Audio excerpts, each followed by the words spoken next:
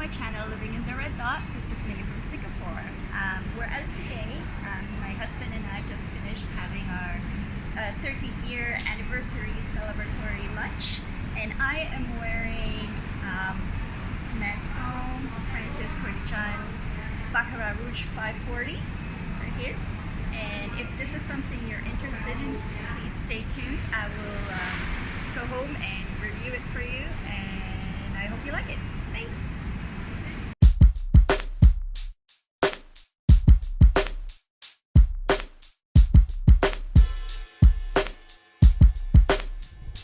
Hi guys, I'm back. So I'm home now. Like I said, my husband and I just celebrated our 13th year wedding anniversary, and we usually celebrate it by having a nice lunch. And today we decided to go out to just a restaurant near our house. It's called Le Rouge, and it is a one-star Michelin restaurant, and I've been dying to try it for a while.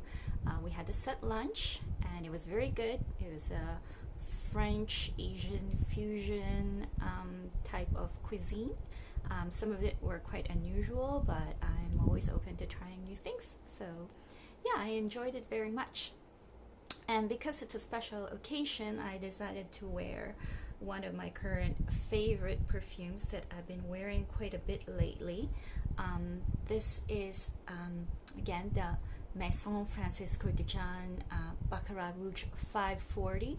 This is an 11 ml per spray or travel spray bottle. This came in a pack of three, I believe. I bought it from a nice lady who said she couldn't finish hers, so she was selling off one of the bottles. So quite lucky to have it at a good price, because for those of you who are into perfumes, you probably would know that this perfume is quite pricey. Yeah, so it took me a while to actually jump into the bandwagon and get one of these perfumes. I usually stay away from niche perfumes because first of all, I do find them quite pricey, and I didn't want to get hooked.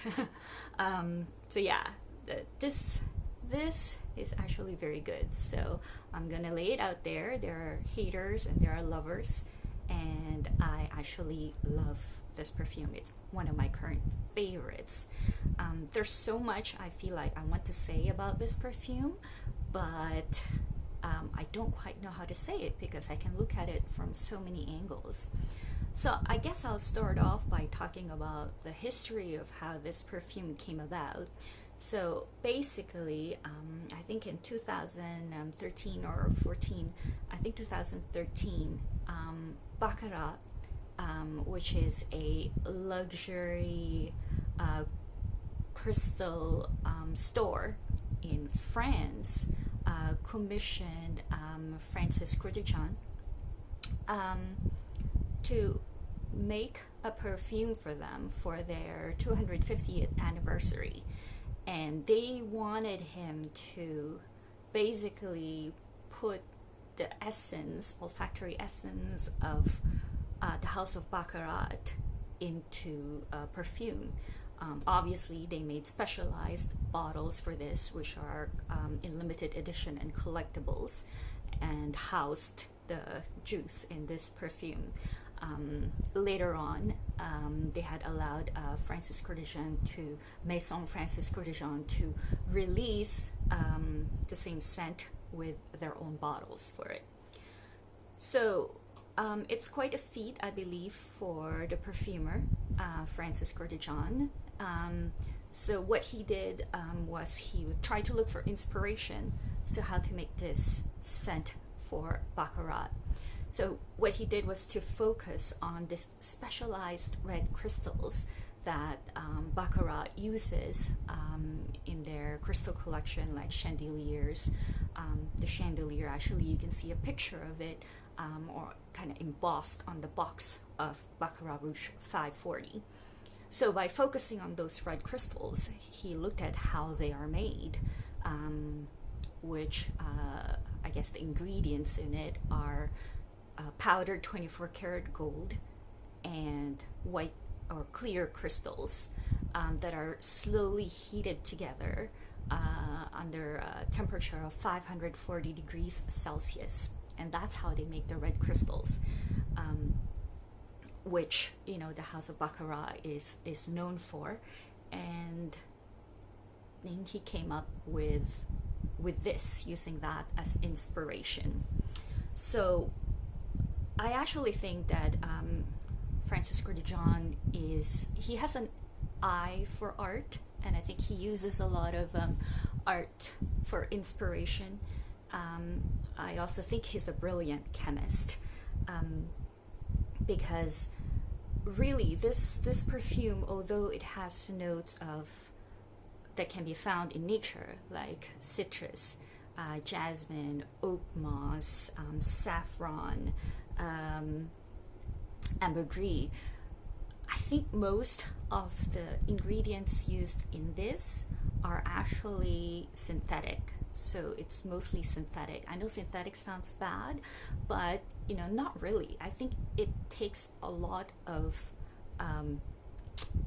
thinking to be able to come up with something with new chemicals and mix it together to come up with something like something as eye-catching, nose-catching, or artistic as this.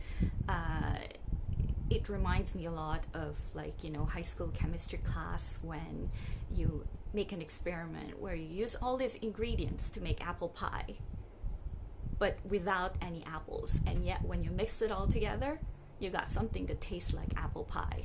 So I think it's that brilliant how this is made, because like I said, although it says, the note says it has jasmine, from the interviews that I've read and articles about it, I think he actually used a chemical called hedion, which is essentially a synthetic form of jasmine, or what makes jasmine smell like jasmine. And it also has a citrus quality, which, this perfume is supposed to have a citrus note.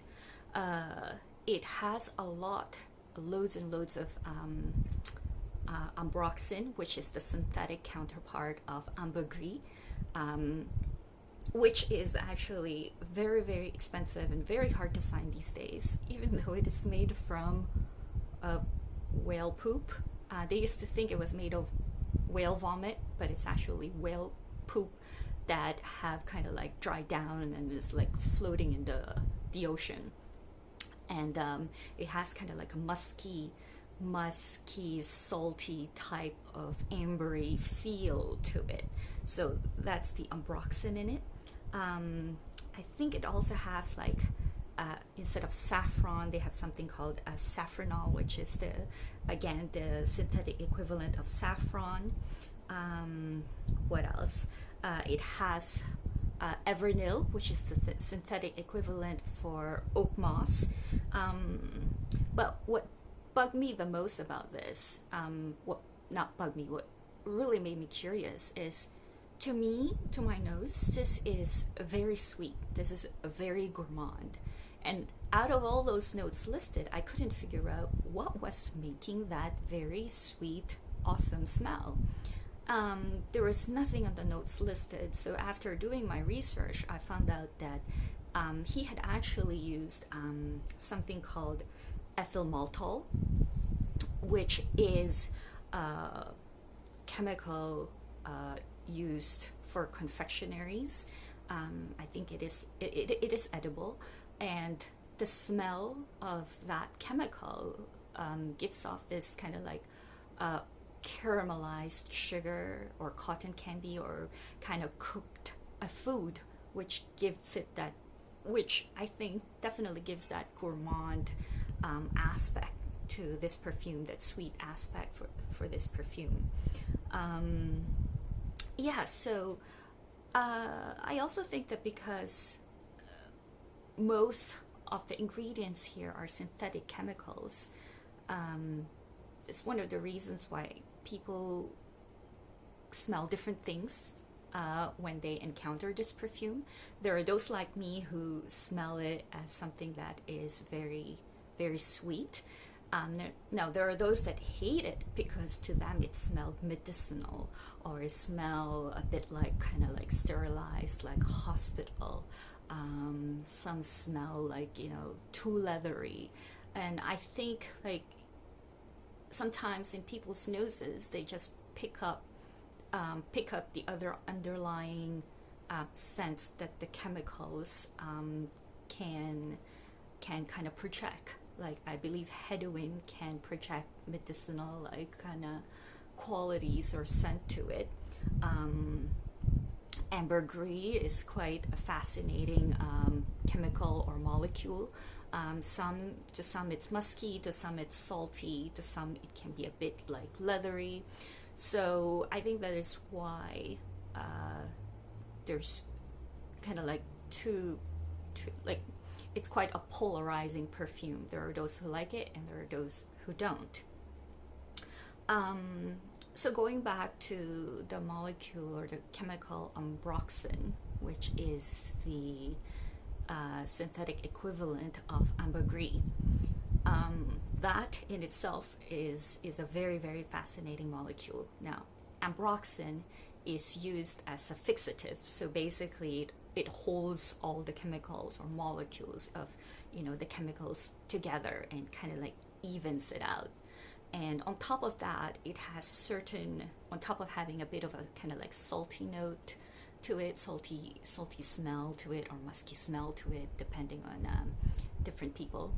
Uh, the way it coats the skin, it's kind of like, I think it kind of hovers on the skin, um, and it has this kind of like sticky nature, like gives it a not sticky feeling, as it more like kind of like sticks on the skin as opposed to being absorbed. So it's kind of like floating around you and gives you that aura of being enveloped in the fragrance of Baccarat Rouge. Um, Now this ambergris, like makes this perfume long lasting as well, because like I said, it's a fixative, so it kind of like makes it stick and stay, and it keeps all the molecules together, that it doesn't evaporate all at once. It keeps it surrounding you like an aura, so wherever you walk, you kind of leave this aura of the Baccarat Rouge 540 scent along with you. um, I think um, that's also the reason why sometimes I smell it, sometimes I don't. Like it comes in whiffs and wafts, like, to me, like throughout the day. Sometimes I think it's already gone, and then, I move around for a bit, and then it just kind of like, oh, I smell it again. It's still there. Um, some people can overspray it, because I think to me, to the wearer, it doesn't smell strong, but it projects more outwardly, so other people can smell it strongly on you, but on you it doesn't smell strong at all. So there's a risk of overspraying this perfume. um, but personally, I don't find it cloying, and I really, really like the scent. So I mean, if I overspray it, I don't really go to crowded places, so it's really for my enjoyment.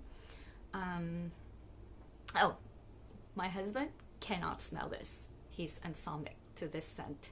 Uh, I walked into his room and I asked him to smell it, and it's like, I can't smell anything. I'm like, really?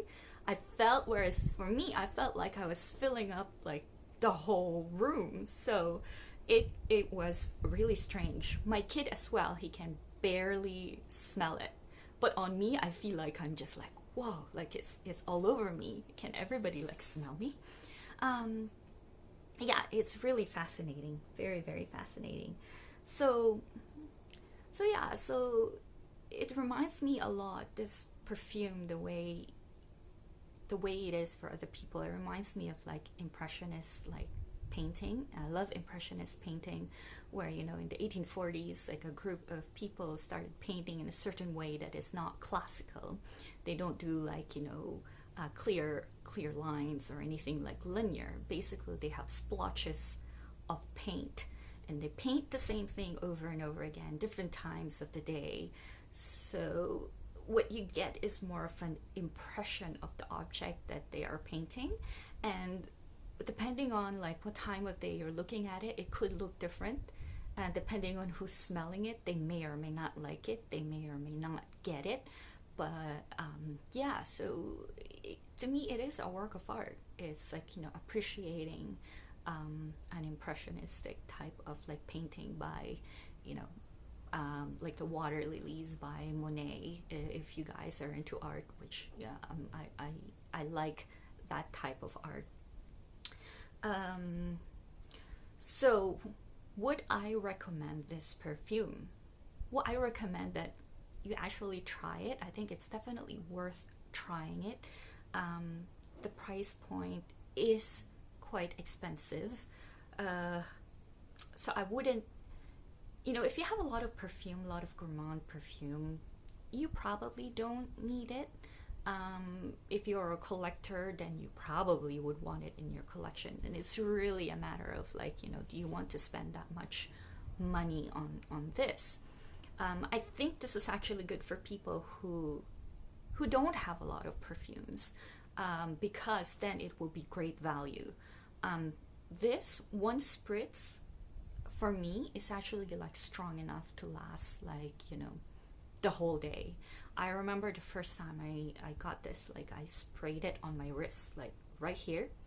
I had my mask on, and I just like burst of smell just came through, went through my mask and up my nose. And I was like, oh my gosh, it smells like Ariana Grande Cloud. And then I thought, oh, did I get duped? Like, I bought the same scent, except much more expensive. So yeah, it smells like Ariana Grande Cloud. So I was walking around maybe for like 30 minutes riding the subway, and I can smell it from my wrists. Like my wrist was just on my side, my hands were on my sides, and I can just smell it like all over me. It was amazing for one spray, and I thought, wow, that's really really great value. If you only have one perfume and you only need one spritz, and you love it, it's a great signature scent. Yeah, I took a shower, and it was still there afterwards. A quick shower, and it was still there. Like it was faint, but I could still smell it. It's that potent, this perfume. Um, what else? What else? I do have Ariana Grande Cloud. So I have Ariana Grande Cloud right here, and I have MFK Baccarat Rouge 540 right here. Do they smell the same? So initially, yes, I would say it's about a 95% dupe. But as this dries down, certain notes come up, like the coconut, bit of marshmallowy like scent comes out, and you can actually tease out those notes. Whereas Baccarat Rouge, in comparison, it doesn't really change.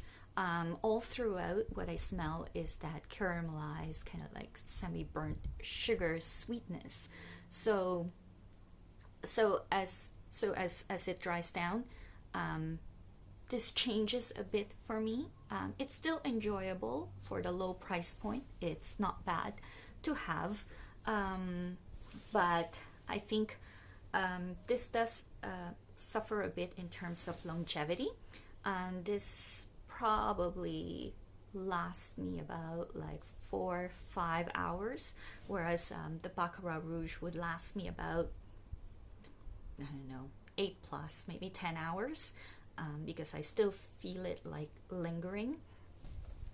Also, in terms of potency, Baccarat Rouge, I only need like, for one spray of Baccarat Rouge, I probably need like 5 sprays of this to get the same intensity in the initial spray.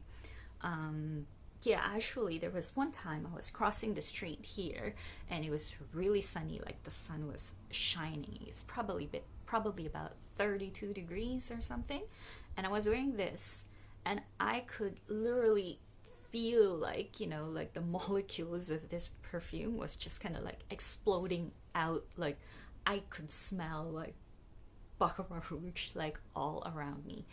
It's that good. So, you know, like I said, would I recommend this? Yes, I recommend that one actually try this.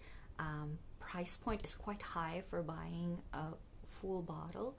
I think a 30 ml bottle is about 220, 240 Sing dollars. I'm not quite sure. I probably would like a bottle myself one day, but I don't know. It's quite pricey. We'll see. I hope they don't discontinue it before I decide.